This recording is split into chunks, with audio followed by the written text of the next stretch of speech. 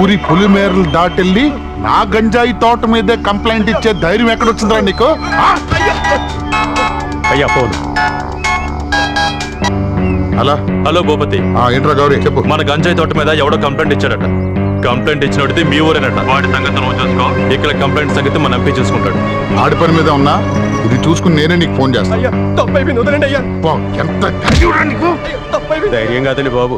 ఆడికి మన గంజాయి తోట పక్కన 2 ఎకరాల పొలం ఉంది. అదండి ఆడి భయం. 2 ఎకరాల పొలం ఉందని భయపడుతున్నావా? ఆ పొలం రాసిచ్చే భయం పోద్ది. 2 ఎకరాల పొలం ఉందని నీకెంత భయం ఉంటే 200 ఎకరాల గంజాయి తోట నాకెంత భయం ఉండాలిరా కదా?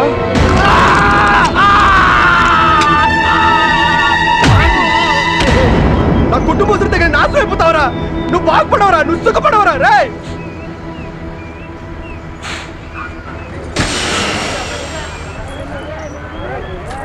గౌరీ చెప్పు. 100 బస్తాల దగ్గర రెడీ అవుతాయి. సరే 2 రోజుల్లో పంపిస్తా. సేమ్ మనలోనే పంపిస్తా. అయ్యా మొక్కూలీల్ని గంజాయి తోటకు పంపించా. ఆడకూలీల్ని ఇక్కడ పెట్టా.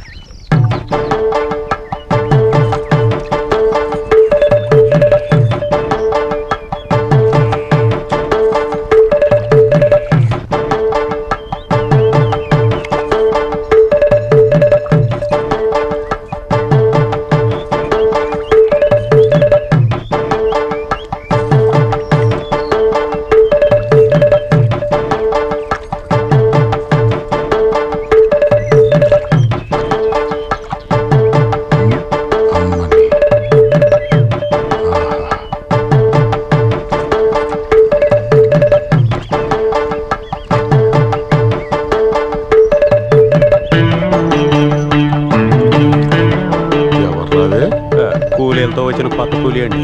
వెనక ముందు ఎవరు లేరంటండి. రాత్రికి బంగాళాకి లాక్కురమ్మంటారాయా? అరే ప్రతిదాన్ని బంగ్లాకి లాక్కొచ్చాడు. ఇది లాక్కొచ్చేది కాదురా, మనస్ఫూర్తిగా రప్పించుకునేది. ఎందుకో దీన్ని లవ్వాడాలనిపిస్తుందిరా. ఈ వయసులో లవ్ ఏంటండి? దీనికి వెనక ముందు ఎవరు లేరున్నావుగా. వెనక నేనే ఉంటా, ముందు నేనే పర్మనెంట్. అయ్యా ఎండకి మందు ఎక్కువైనట్టుంది. మనకి పర్మనెంట్ ఎందుకు బాబు? అయ్యా మా తాత చెప్పేవాడురా, ఆడవాళ్ళలో చాలా జాతులు ఉంటాయని చెప్పి. కుంకిణి, పద్మిని, హస్తిని, చిత్తిని అని చెప్పి దీన్ని ముద్దాడి మురిపించి లాలించి అనుభవిస్తేనరా తెలుస్తుంది ఏ జాతికి చెందింది. అలాగండి. నువ్వు బొనగొట్రా. సరేనండి.